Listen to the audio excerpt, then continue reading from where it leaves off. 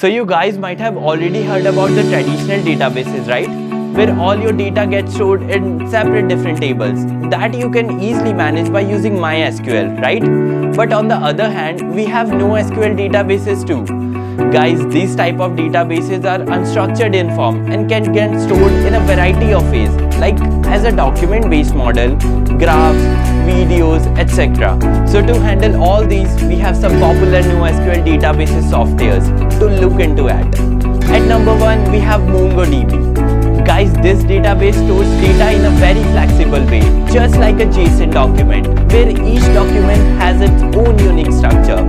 Whereas an Apache Cassandra, which is second in the list, store data in table and rows, just same as traditional database. But it also provides more flexibility when it comes to columns in a table, which we cannot do easily by using MySQL. And at last, we have Amazon DynamoDB, which is managed by AWS itself. In that, you can easily store data in tables, like where each item consists of one or more than one attribute. And the price you will be going to pay is totally based on pay for what you use. So for more such content like this, subscribe to Fingertips.